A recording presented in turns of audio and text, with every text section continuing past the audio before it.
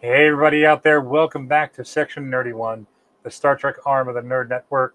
We are here at the finish line of Season 1 of Star Trek The Next Generation.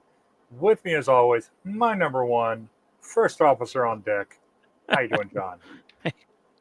Good evening, sir. I'm doing If okay. I How are leave the you? ship to you, are you going to run it into something? I will not counselor Troy it. No. All right. How are you doing tonight, sir? I am doing better. A couple weeks under my belt as being a substitute teacher that is agreeing with me quite a bit, and um, So we shall now uh, refer to you as Mr. Sarcastius. things are going well. I got a little sickness over the weekend, but got better.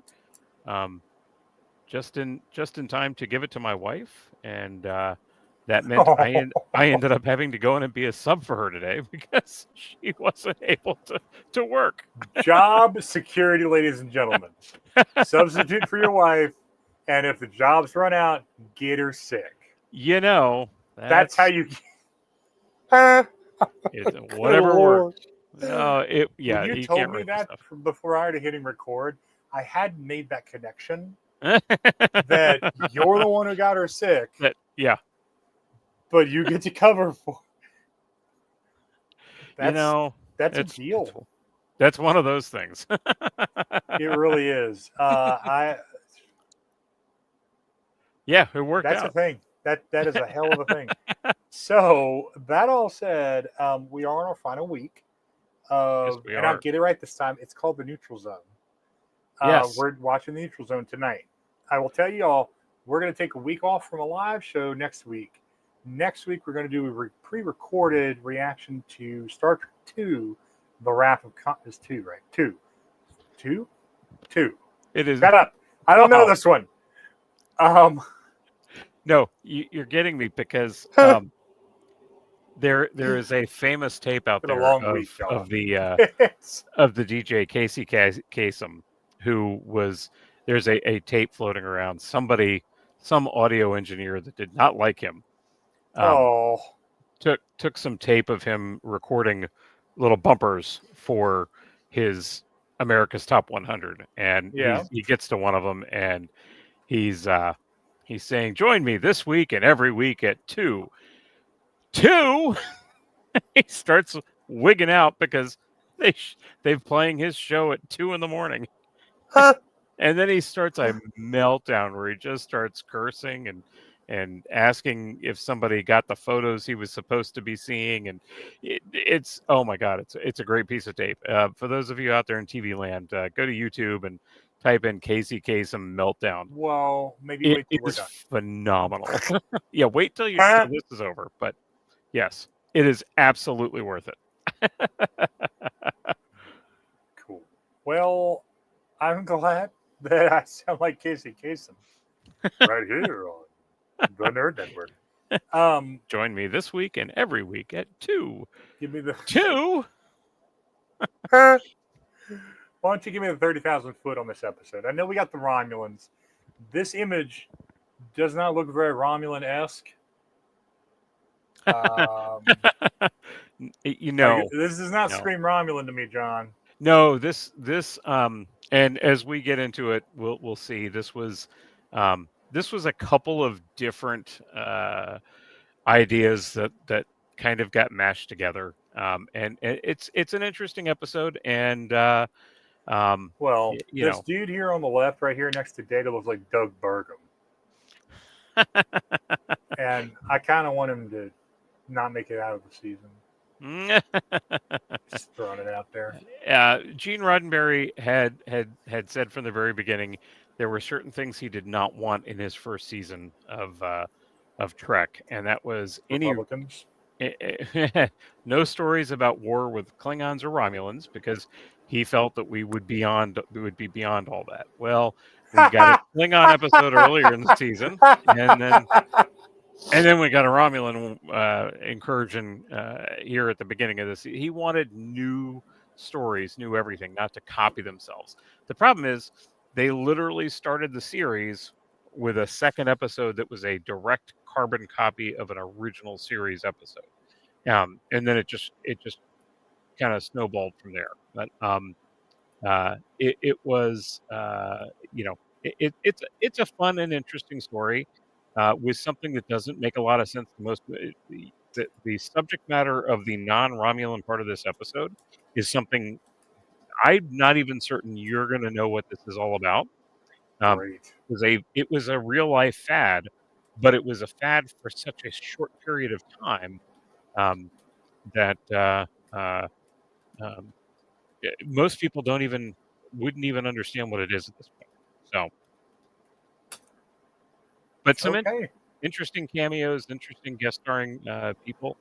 Um, not a great end of the season episode, but keep in mind that the writer's strike was coming on strong by this point, and so it was becoming an issue. And uh, but we get Mark Alamio, uh, Al- Alamio, sorry, Gold Dukat from Deep Space Nine. For any of you that know that, Wait, uh, is that the guy here on the left? no, he plays one of the Romulans that we're going to see at the end of the episode. The gentleman that you see there, the one closest to Data, is actually a very very well known actor. It's just not necessarily something you would have expected to see at that point, but that was Peter Mark Richmond, who actually just passed away a couple years ago. But he was known from for a lot of things over the years. He did a tremendous amount of work. He was mostly a character actor, um, but he is probably best known to sci-fi fans. He's been in a bunch of stuff. He was in, believe it or not, Beverly Hills 90210 for a few episodes. He was in um, Friday the 13th movie. He was in Matlock for an episode. He was in Naked Gun two and The a new one or the old one? the old one. Okay. Murder Oh She yeah, I guess if Wrote. he passed away a couple years ago, it'd have to be the old one because the new one Yeah, is literally still airing right now. Which, by the way, fantastic show. I have been planning on starting that. We've been holding off. We're planning on picking it up, um, but just haven't gotten a chance to yet. But we're planning to. But this guy was in the old Mission Impossible TV series back in 1970. I believe he was in a couple of episodes of The Man from Uncle from back in the 60s. He was. I want to say he was. I want to say he was in, and I'm probably going to be wrong, so I'm checking this out Ooh, before I John's throw it wrong in. about something Star Trek. Well, yeah, no, I was definitely wrong because he is not Martin Landau, so he's not who I thought. He wasn't That the name same person sounds I was thinking familiar. about. Oh yeah, yeah, he's another. But this guy has been in a tremendous. He has 163 acting credits. He passed away in 2021, but he um, he was in almost every TV show: The Fall Guy, The Love Boat, Knight Rider, Fantasy Island, The Incredible Hulk. BJ and the Bear, Three's Company in 3 episodes as the father of one of the main characters. Charlie's Angels for an episode. Um, Starsky and Hutch, Wonder Woman. If there's a TV show that was a popular TV show, he'd been in it one time or another. So he's one of those guys you see him on the screen and you're like, oh, hey, he looks really super familiar. Cool. So, but kind of an interesting concept. This has been a lot more of an explanation than it really needed to be, but I, you know that's fine. Um, we'll get to it, but it's not a great episode. It feels like one that was thrown together by multiple plot lines that were just kind of tossed in to make a full episode, which You're unfortunately really building happened. this up to be a great stream there, John. I'm telling you, but you know, I Welcome will to the Nerd say Network, where we go to watch content, we pre-shit on that content. It's gonna be one of the top three tier guest content right here, stars y'all. one of the three guest stars in that picture was supposed to be Harcourt Fenton Mudd. However, Roger C. Carmel, the man who originally played him back in the TOS show, um, died just before the production of the episode began, and so they Aw. ended up having to change it at the last moment. But yeah, there was a lot of ideas that just ended up not really panning out much. But Did that character come back in Disco?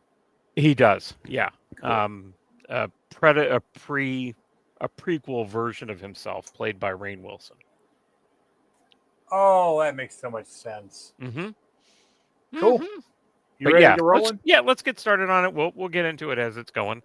All right. Well, folks, go ahead and grab episode 26 on Paramount Plus, The Neutral Zone of Star Trek: The Next Generation. We are queued up to 00. So, And if anybody out there is watching right us, there at say the beginning. hi. By the way, in the comments, Yes, there are 6 of you watching, so let us know hey, how you found us, what you think. Are you a Star Trek fan? Throw that down below. Tell us who your favorite captain is. I'll tell you why you're wrong. Let's go.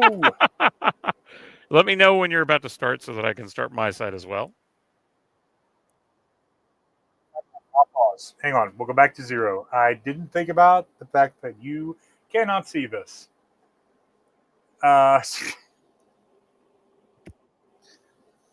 Grade A content, everyone.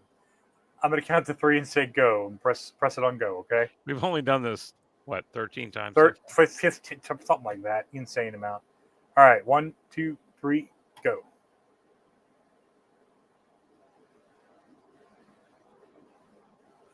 Turn on. Oh, crap.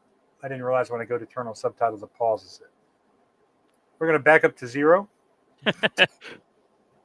Everybody online right now is like, what the fuck? What are the chances we could make this happen again?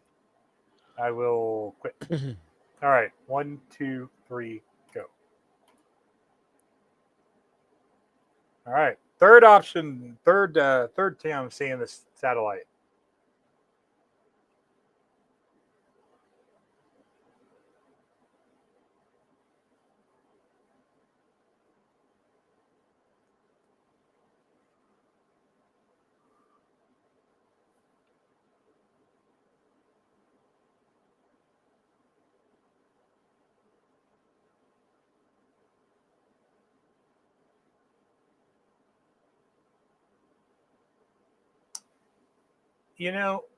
First off, I think, yes, this is Star Trek. You definitely pull that in and take a look at it. Yeah. But also,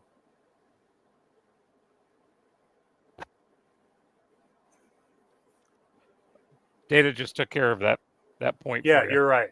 But also, like, doesn't every single Star Trek series have a "What is this doing all the way out here from Earth" episode?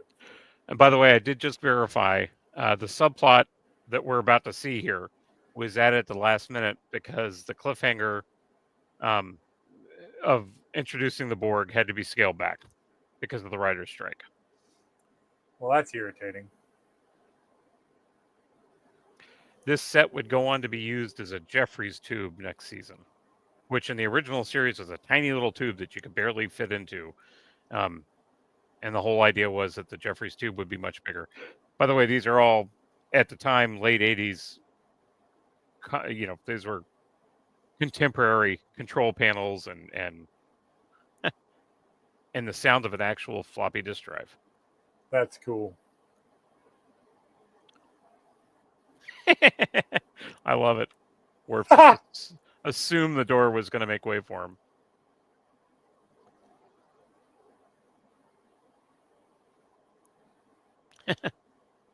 Aha. Aha. Hey, how is it that they've got the same grate on the ceiling that we have in our transporter room?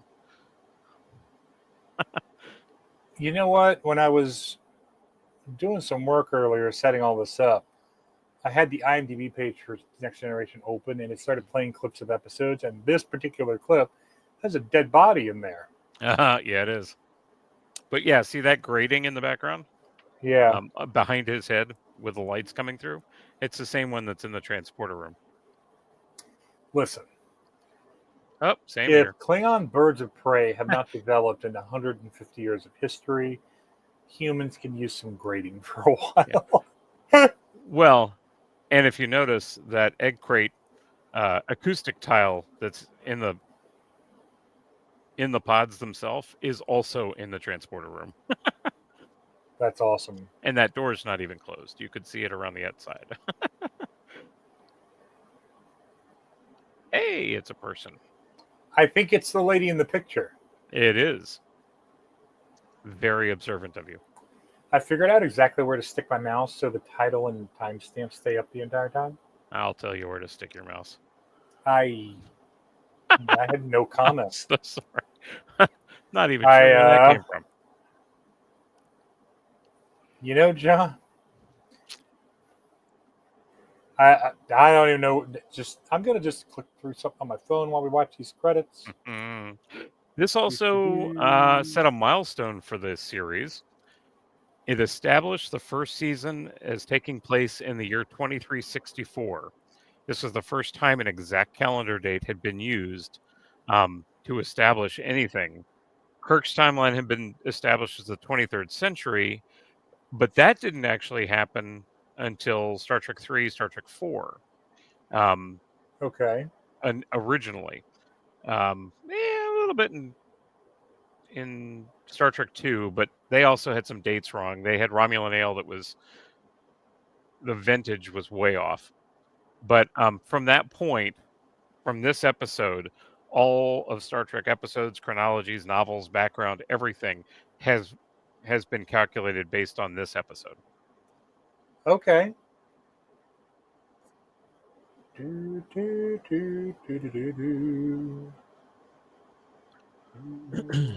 This would be the first appearance of the Romulans in the Star Trek franchise since the Enterprise incident in 1968. Hmm.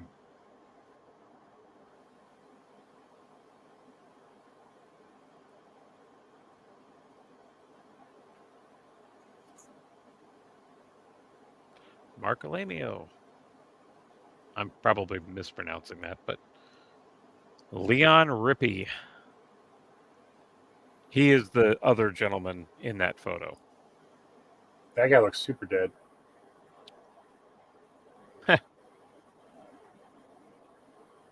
No, they did it for their skincare. To hell, Worf. Solely for refrigeration.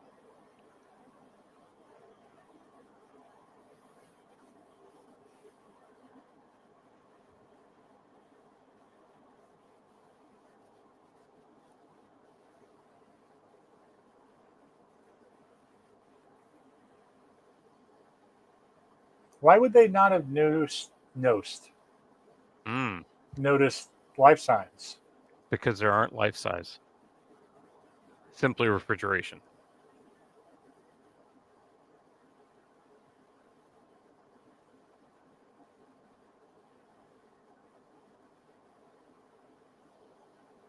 Also, Gene Roddenberry's personal assistant, Susan Sackett,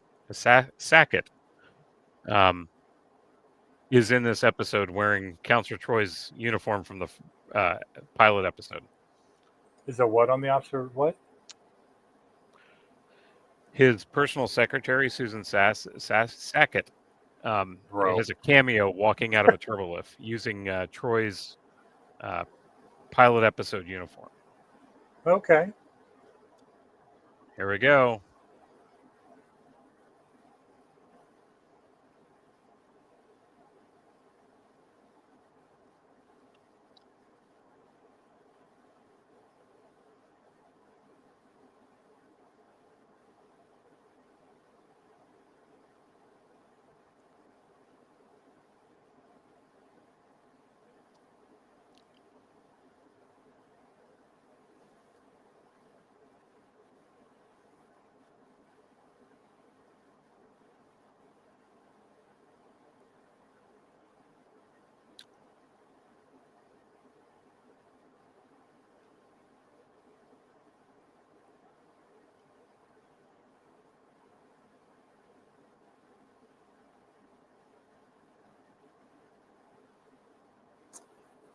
Yep.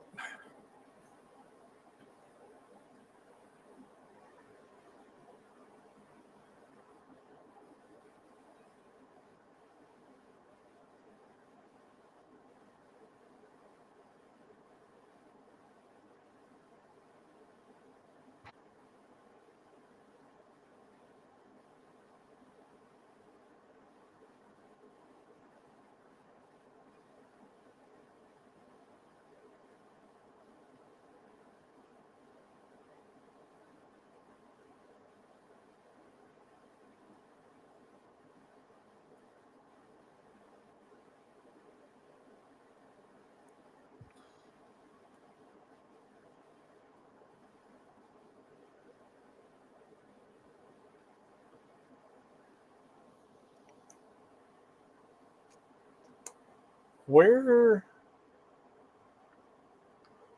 was Jordy and Beverly?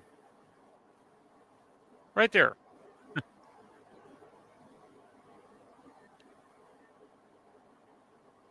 Oh, oops! Forgot to tell the captain about the random folks they found Did you in. catch what she just said? They were No. frozen. I thawed them. Wow.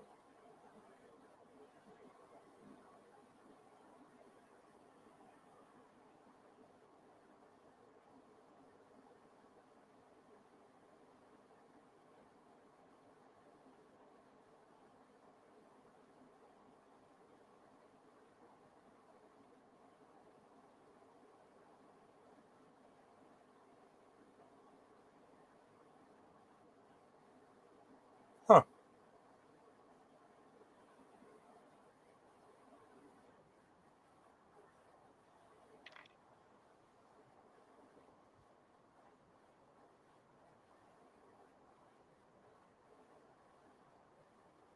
And That was a real thing. yeah, I know the whole Disney thing. Walt Disney.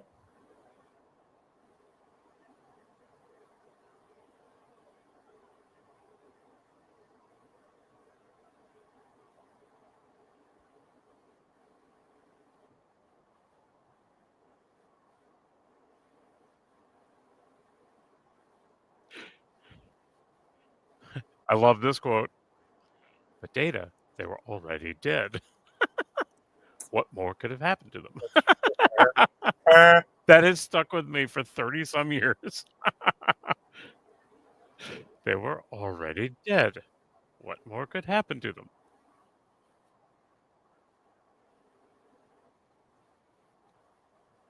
I mean, that is kind of a thing. Oh God, why would you bring the alien? The robot's already going to be hard enough to deal with. Because otherwise you won't get the scene that we're about to see. Oh God. So currently in the United States, there are about 250 bodies that were frozen just after death, with the intention of being able to bring them back currently. As actually, that was as of 2014. It is something that in practice has not turned out to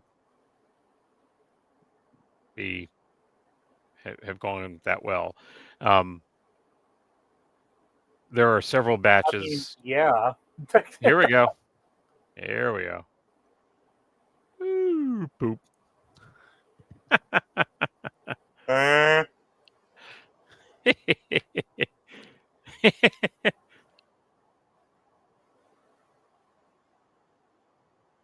Apparently, there are several batches that have now gone out of business, and the stored corpses have been defrosted and disposed of. Yeah.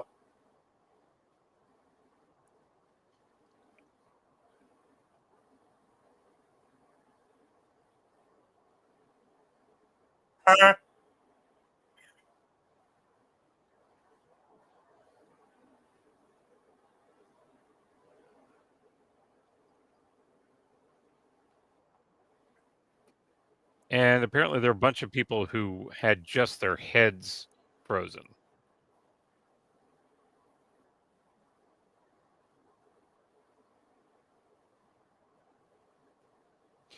And this is literally the same thing that Futurama came up with.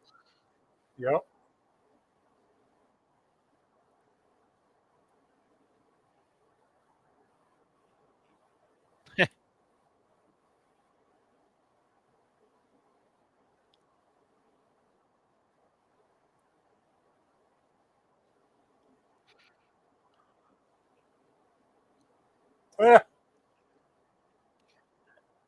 And that actor is Leon Rippey. He is actually still with us.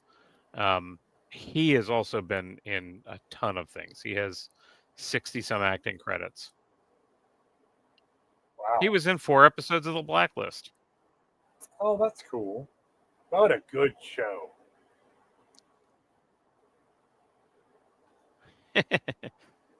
Did you say get out of my way? No, keep them out of his way. Oh.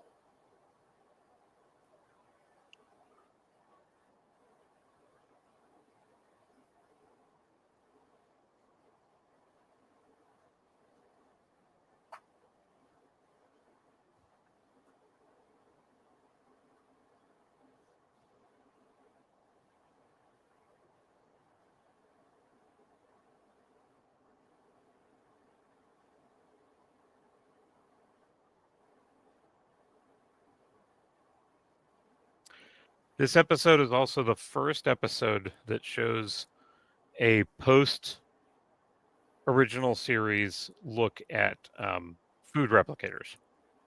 Okay.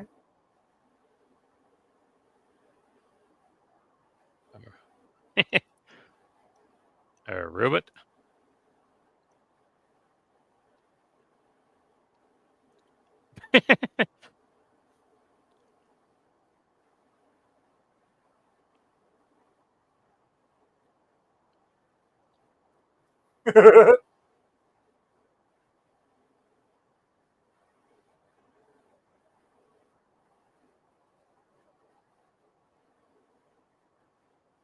If your liver was near your face, that's a bigger problem.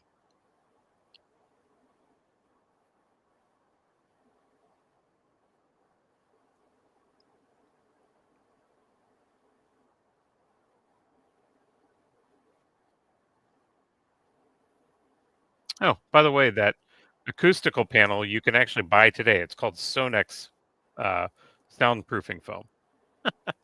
That's cool.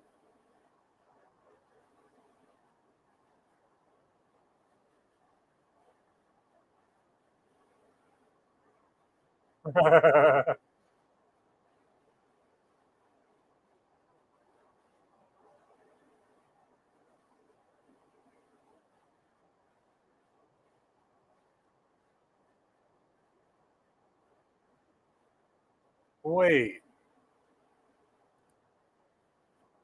this guy looks really familiar. Oh, he's been in a ton of stuff.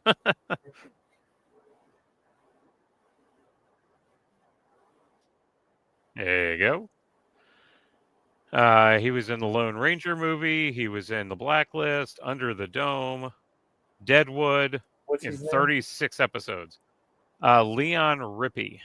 Oh, yes. He I was just know in him as a much 5 older episodes of man. Leverage, 12 episodes of Alcatraz. Yeah, he has typically has like shoulder length hair. Oh yeah. Yeah, I think Black was the only thing I know him from, but I know his face. He's got that like pointy look. I need to make a phone call.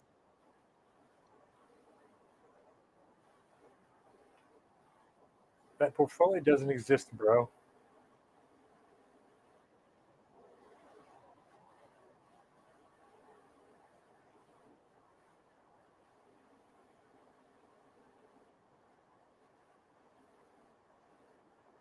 The world you knew don't exist no more.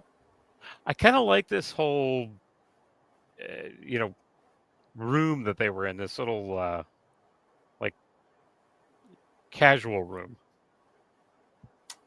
Yes.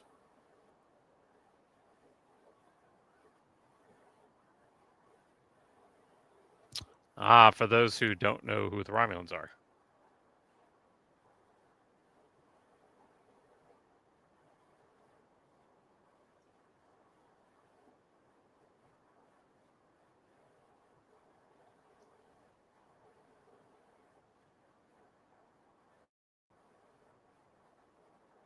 Hmm.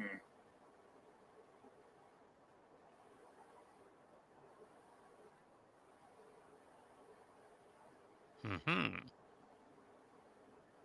Here we go.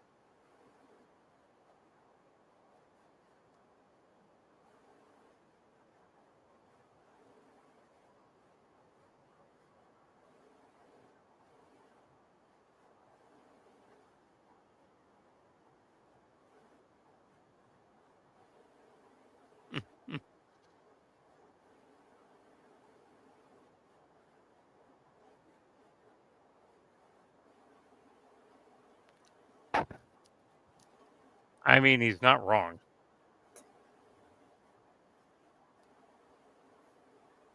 You're in space. Look at that 3D chess. It's a little bit I different want to setup, play but 3D chess. I haven't either. It's something I've always wanted to learn.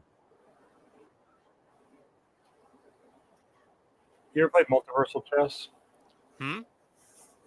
On Steam, there's multiversal chess where each move creates a new board, and you have to get checkmate on more than one board at once. But Oh, pieces can jump from board to board. hearing that gave me a headache.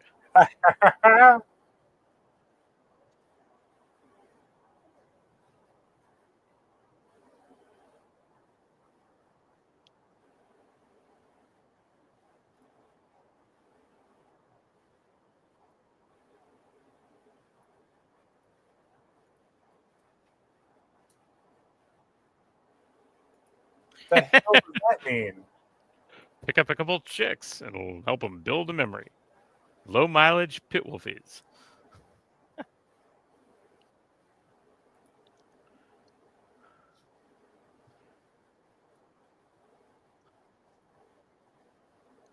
Oh, come on. I think he certainly does. It's Riker. Mm-hmm.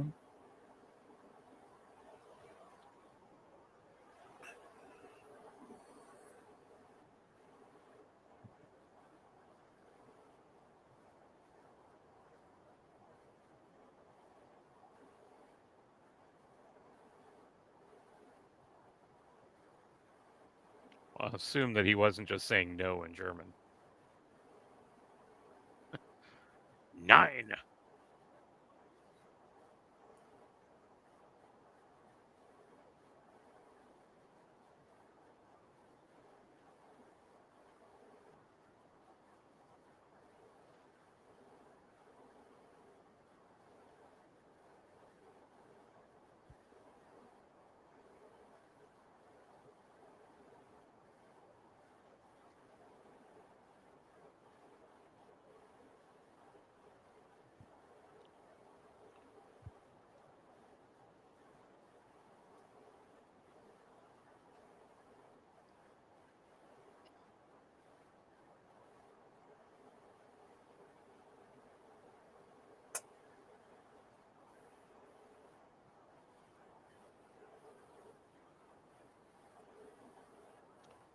I will say in the scene, Riker really got a chance to shine as being a first officer.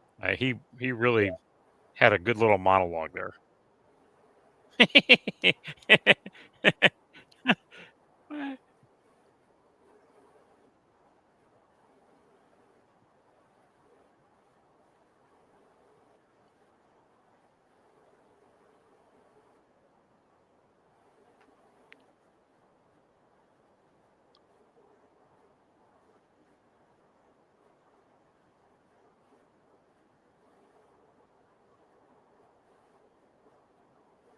The QE2.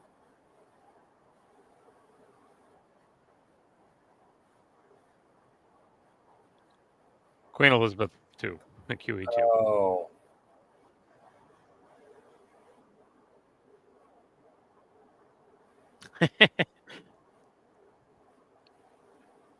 First season, Riker did that hold the face so well. This dude needs to be glad I am not the captain because be like, you know What what? what Take I your love is hands that off. he was talking long enough that Picard could get there.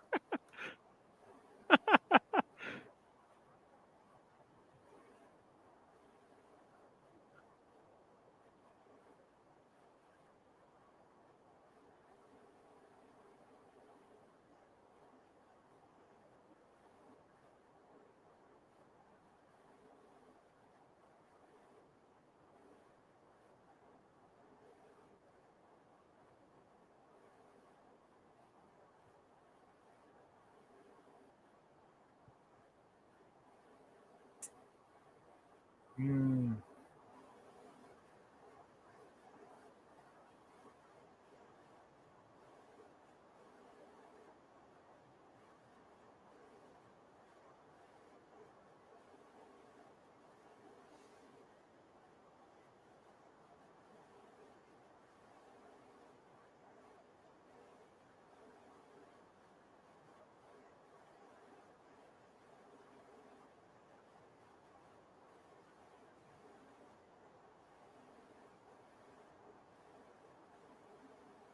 Hmm.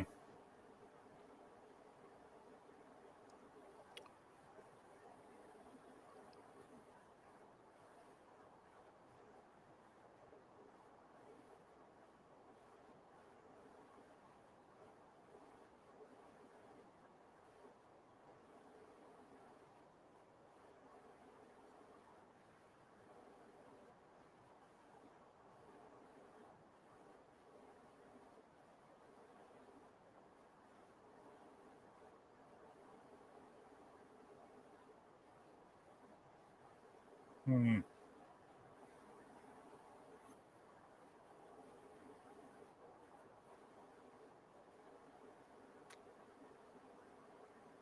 I mean, guy's got a point.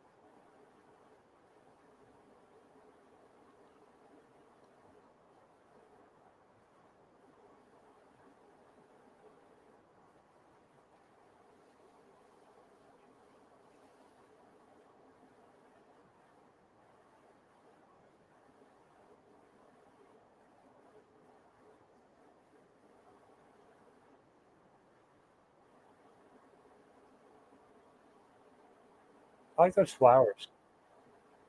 Hmm? That pretty little doctor.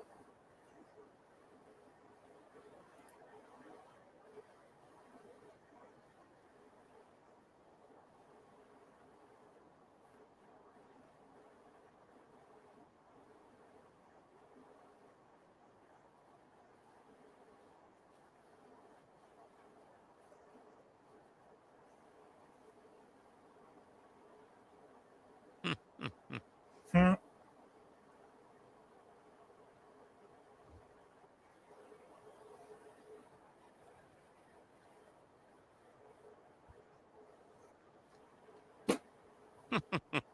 You know how you get them under control? You lock the door and you turn off the comm panel. Done. You don't revive them. You I again mean, wait. be glad I'm not the captain. Oh, weird audio there. I had forgotten that. So echoey.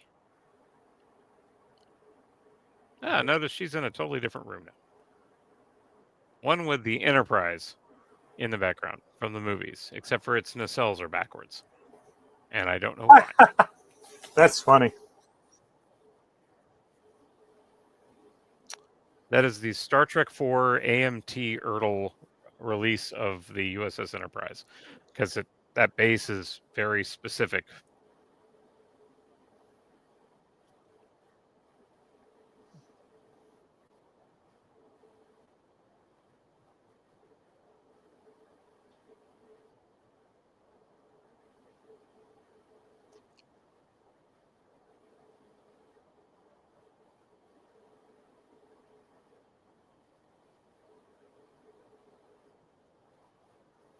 And actually, now that I'm looking at it, I think the base is backwards too. But hey, Uh, whatever. Because I had that ship, that model kit.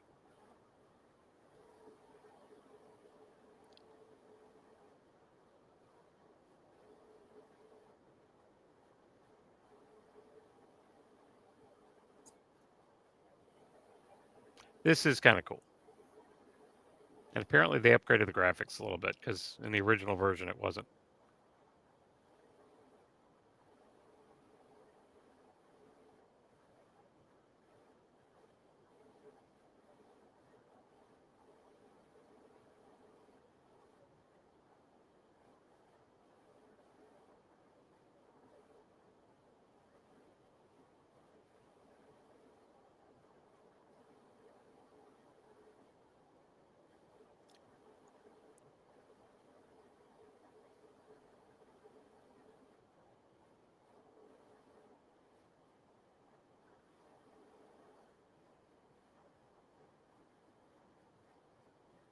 how'd he get out?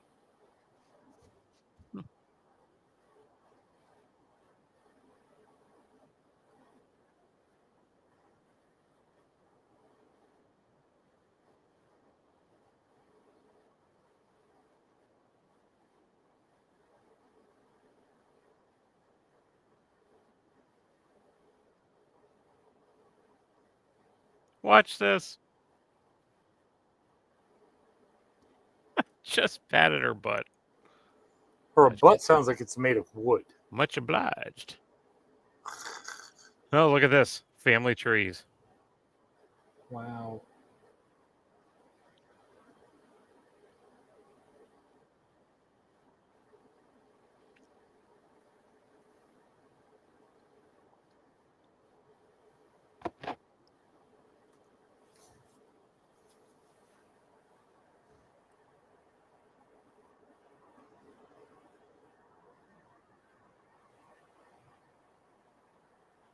Hey, there was the AMT Ertl model kit of the Enterprise D.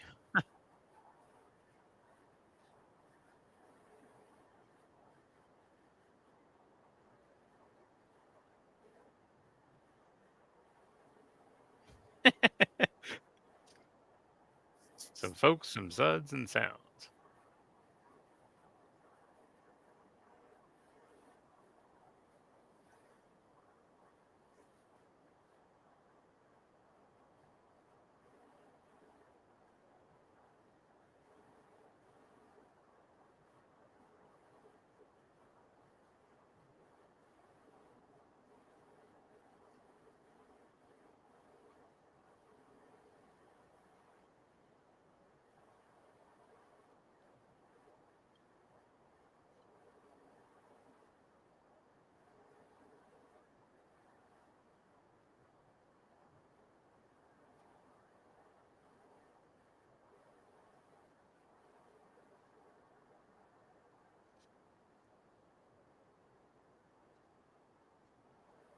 He's got things figured out.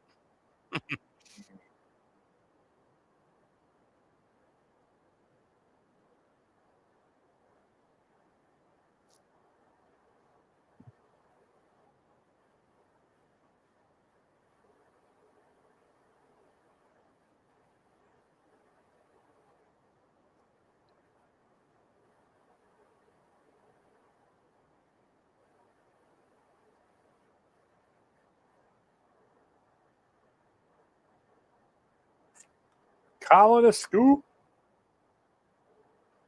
Scoop. It is. See, this is where the whole Borg plot was coming in. Because remember, the Borg scooped up whole outposts, and there was just a big crater left. In the Star Trek Stellaris mod, you can do that. You can build a mega structure that's just a colony scoop.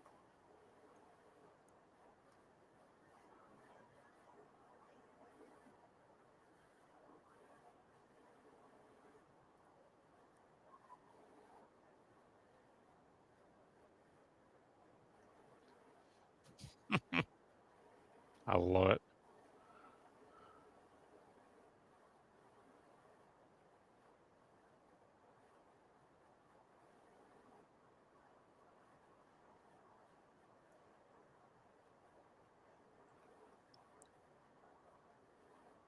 I really don't like this plot. I love his metaphors and sayings.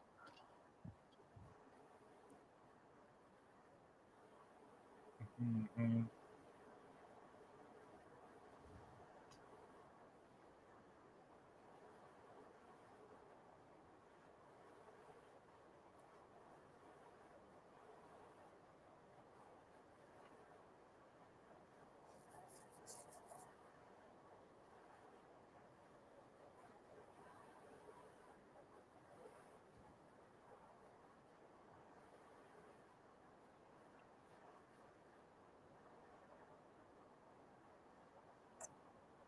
Yeah, I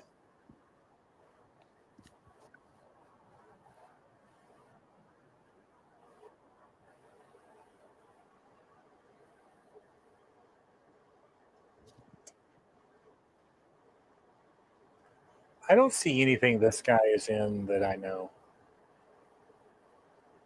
That's Susan Sackett right there. Oh, that's She was cool. Gene Roddenberry's executive assistant, and other kinds of assistant too.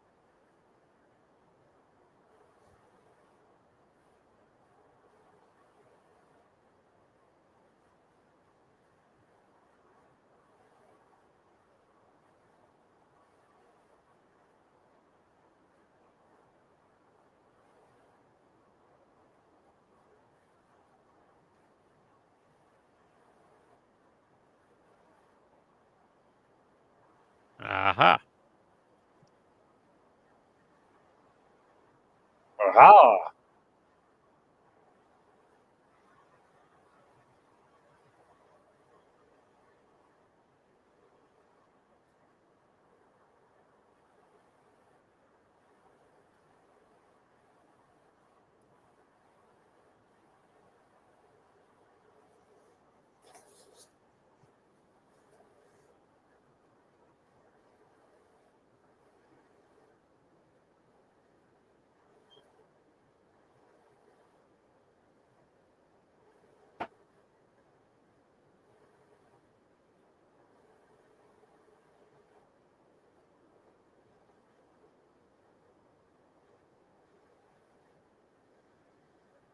Here we go.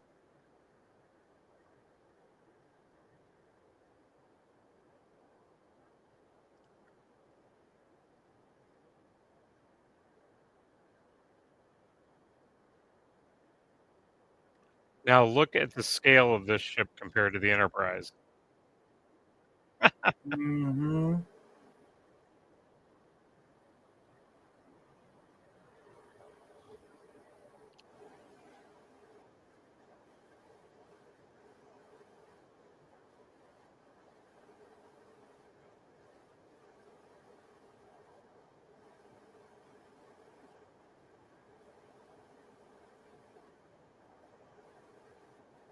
maybe get the idiot off the bridge.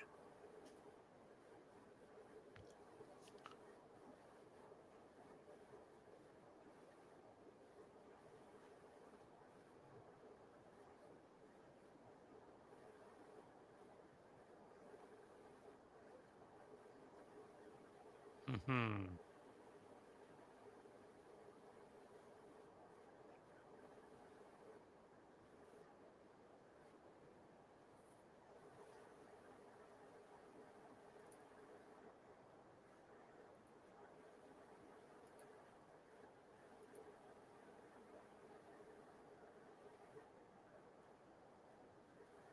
There we go.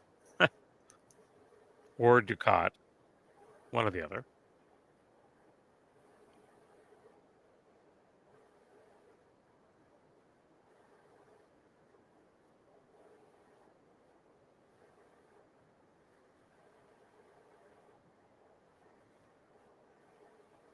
Notice Romulan symbol in the background. the ridges, which now we know means they're from the north. Eh,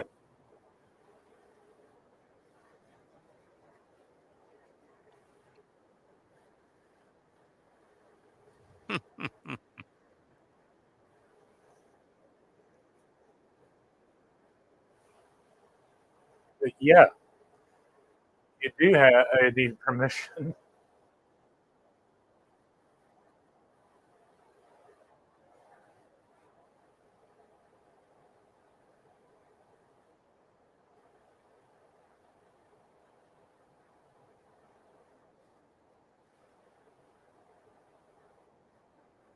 Maybe get the idiot off the bridge.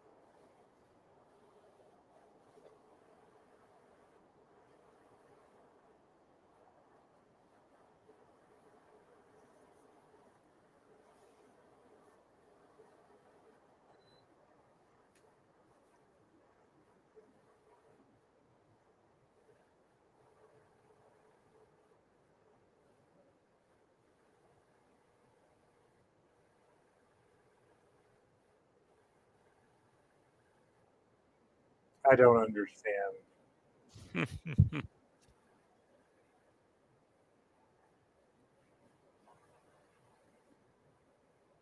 So that ship was the final design that Andrew Probert, who had Probert, who had been designing for Star Trek since the motion picture. That was the final thing he designed for the series.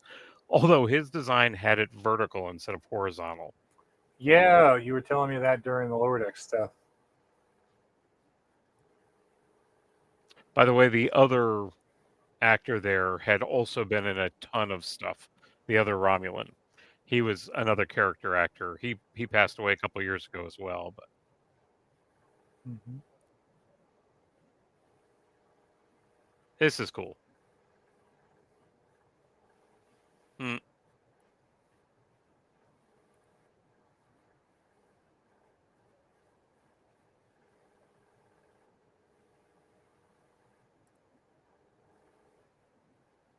Which I don't think would be fucking possible.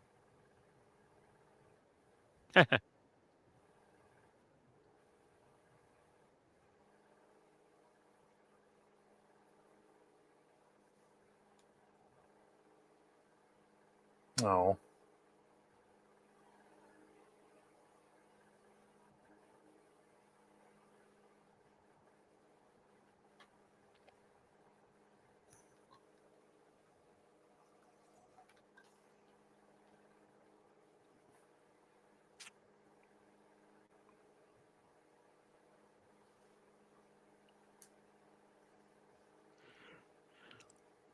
By the way, the face seen on that screen of her relative was Peter Lorison, associate producer for the show. That's cool. And Michael Westmore developed the appearance for the Romulans, adding the new ridges because they needed something to differentiate them from the Vulcans just a little bit, make them more aggressive and warlike.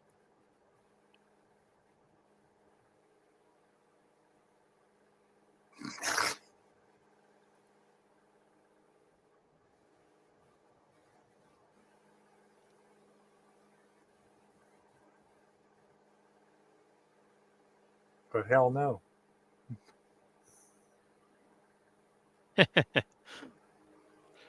So a lot of things you see for the last time in this shot.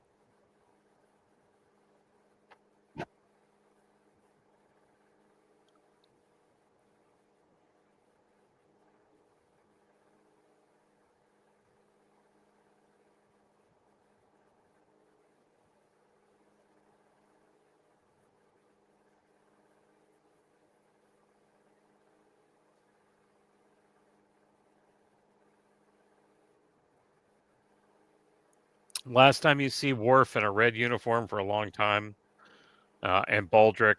Last time you see Riker clean shaven for years. Last time you see the reclining con and ops chairs. Whole bunch of differences and changes come about in the next episode. Engage.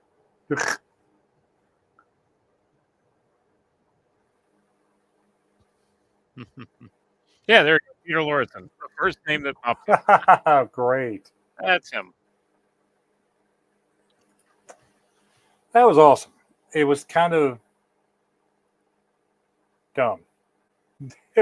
Yeah, I mean, not a great episode, but there's a damn ad playing with a really old Pierce Brosnan.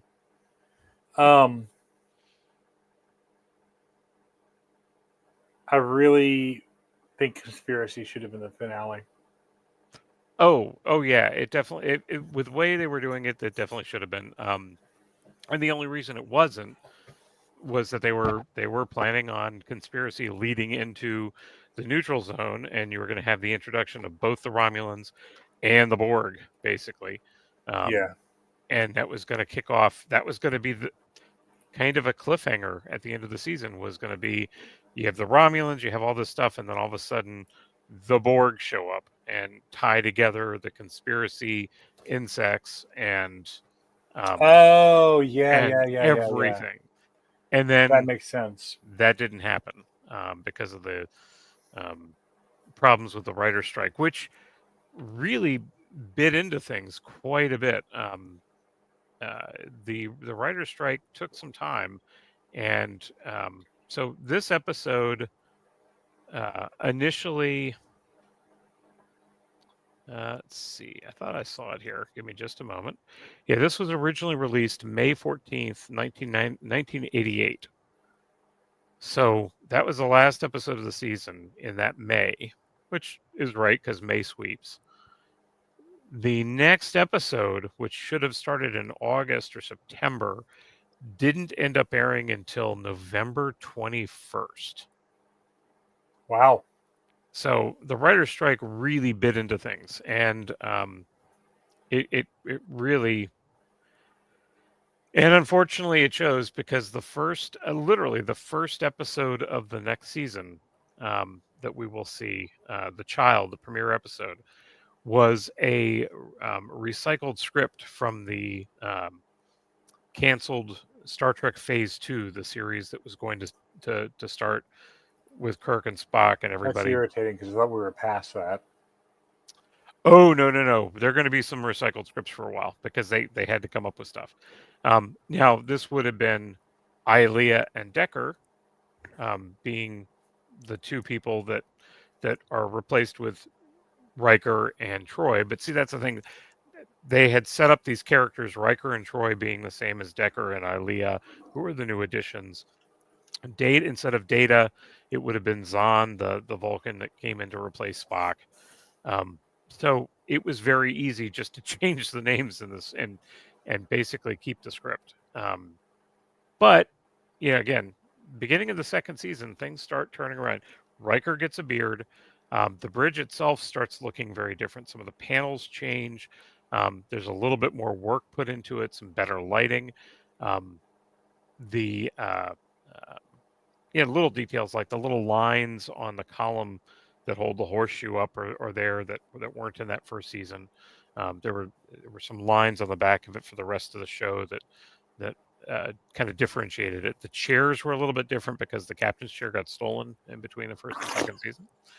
I think it was just recently.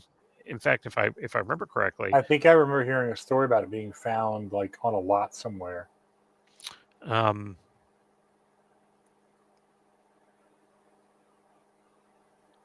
Let's see. But yeah, cool. Let's see. So yeah, it got stolen more than a couple of times. But yeah. So also other changes. A pretty big change with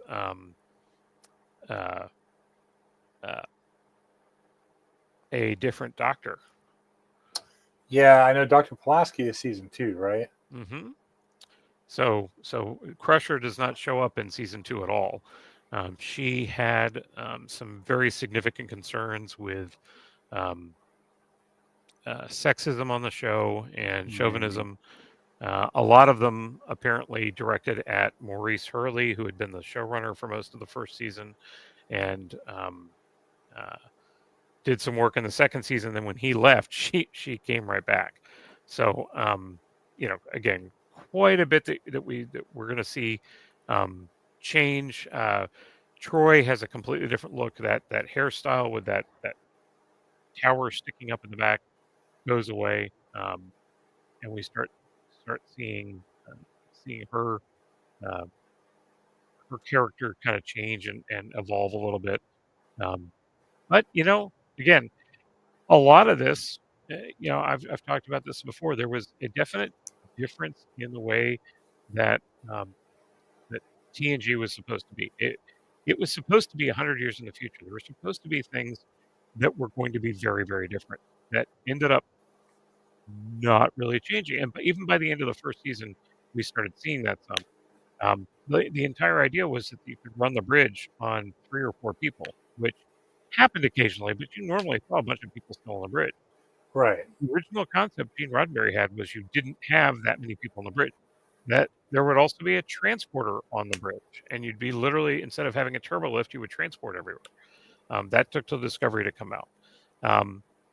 Some of the things it took some time, but there was definite definitely a more utopian feeling to this first season that we won't see again for quite some time, and if at all.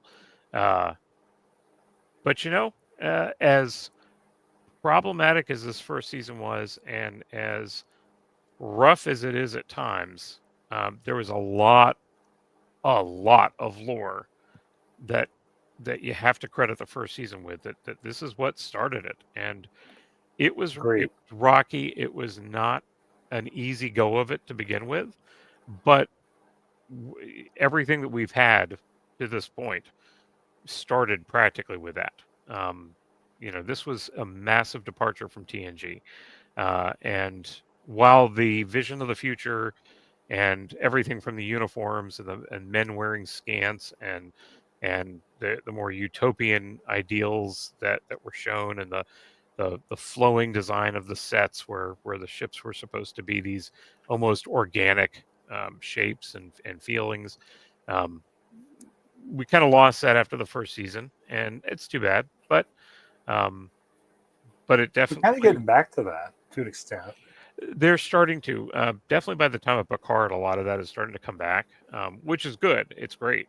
Um, but yeah, no, I mean they had a just a Herculean effort to try to bring Trek back to the TV screen. At the time, I remember thinking about it and thinking, "Oh my gosh, it's been so long." It really hadn't been that long. I mean, yeah, it had been um, since it'd been on TV, it had been 20 some years, but um, it certainly wasn't that crazy Right. compared to now. Thinking back to how long ago TNG came out, How but long have we been doing these? just this, or Yeah, we started because it just happened to. It struck my um, curiosity to see how long we have been doing the watch-alongs. Let's see, we did it.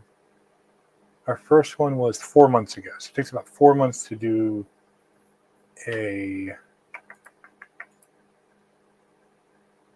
It was on. Oh, it doesn't give me. Oh, November 19th. So it's actually about 5 months, right? Yeah. So it takes about 5 months to do a season. So it's only going to take us 3 years to do the rest of the show. give me just a moment here. I Yay! have just realized that my computer is not running, or its battery is. I've had the wrong thing plugged in, thinking that it was charging my computer. I just got the warning that my battery was about to die. Yeah, I that's was not like, great. I have something plugged in. Oh, it's the wrong cable. Anyway, also interesting fact: this episode was filmed 10 months after the first episode started filming, so they were 10 months in Jeez. at the time of this happening. Um, Keeping in mind there was a little bit of time uh, between the pilot and then the show actually kind of getting underway. Right. Um, but yeah, I mean it was. There were a lot of misses, but there were a few hits too. A few, the Big Goodbye, the episode with the holodeck, uh, won Right. a won a Peabody Award, or I think it was a Peabody Award. Let's see. While you look that up, I'm going to talk about this. So I'm excited about a project we're working on. I've talked about it a couple times on the channel. We are going to do a live Star Trek Adventures tabletop RPG. It's going to take the place. Not live. Sorry. Yes. Continue. What? I just Did I, wanted to see what you would say. did I miss a joke? No, I was just being Okay. goofy. It's going to start about the third week of August and run for about 7 weeks. We're going to do that at 8 o'clock on Tuesday nights. And then we're going to follow it up with an after show to talk about the episode at 10:30. So it's going to be 8 to 10, a nice high and tight 2 hours. we're going to explore a couple of things. Right. High and tight. Uh, 2 hours. We're so known if for it kills me. that. High and tight 2 hours, John. We're going to run a specific story. So this is going to be more of an overarching story like you would get into Discovery or Deep Space Nine. But my goal is long term to do more episodic kind of stuff that you might get into TOS or TNG. But the first thing we're going to discuss, we're going to tackle, is what does it mean to be Starfleet? So that is our big question we're kind of answer first. And only I know the plot because I'm the dungeon master or storyteller in Star Trek Adventures. Mr. John here is going to play our first officer. As long as there are no Ferengis, we'll be fine. Well, about okay, sorry that. guys. Inside joke that I'm about to hear about. About that. I would love for you to play a Ferengi, sir. But like I said, Star Trek Ascension coming in about 4 months, almost to the day, actually. So that's exciting. Yeah. So Peabody Award for that episode. First time, and I believe only time that a Star Trek episode of any series has won a Peabody Award, which is it's a major. It's a excellence in television broadcasting. That was back in 1987. Also, from the first season, the costume designer, as one of my lights just went dead. Sorry. Apparently, we are at the end of our useful lifetime here. Costume designer for the first season was William Ware Thies, who was best known as he was a costume designer for the original series. Also, Harold and Maude, Spartacus, Butch and Sundance, the early days, The Man with One Red Shoe. Came back to do the first season of Next Generation. He was credited for creating alluring female costuming that censors typically could not credibly forbid, employing what came to be known as the Thies titillation theory. The sexiness of an outfit is directly proportional to the perceived possibility that a vital piece might fall out of that said uniform, said costume. What? I am reading that off of Wikipedia right now, and I've actually heard of that several times before. He was known. He and Gene Roddenberry got along so well because they both had a penchant for trying to get past censors with stuff. That is hysterical. The degree to which a costume is considered sexy is directly proportional to how accident prone it appears to be. That was the official quote from him. And the idea is that one wrong move and it's all said and done with. This is the man who came up with the scant that both men and women would wear. Came up with the costuming that quite a few of the women in the show, including Counselor Troy, wore during the first season. He unfortunately passed away in 1992 at the age of 61, and I don't believe that he went on, but he actually won an Emmy Award for the episode "The Big Goodbye," mostly for the period outfits that he created. So, one of the few real bright shining points. Say what you will, the first season also created the Ferengi and brought us a little Klingon lore, brought us some Romulans right at the end here. It's not a great series start to a series, but without this first season, bumps and all, we wouldn't have what we have today. So, Agreed.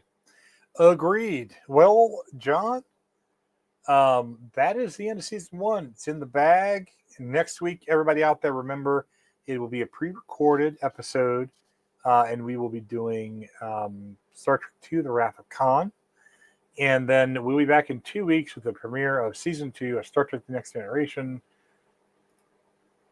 Insert name here, because I went to Paramount and it is an ad. So apparently it's called Mobland. The Child is the first Child. episode. Okay, there we go. The Child, Episode 1, Season 2. We will see you guys live in 2 weeks. And live long, stay nerdy, y'all.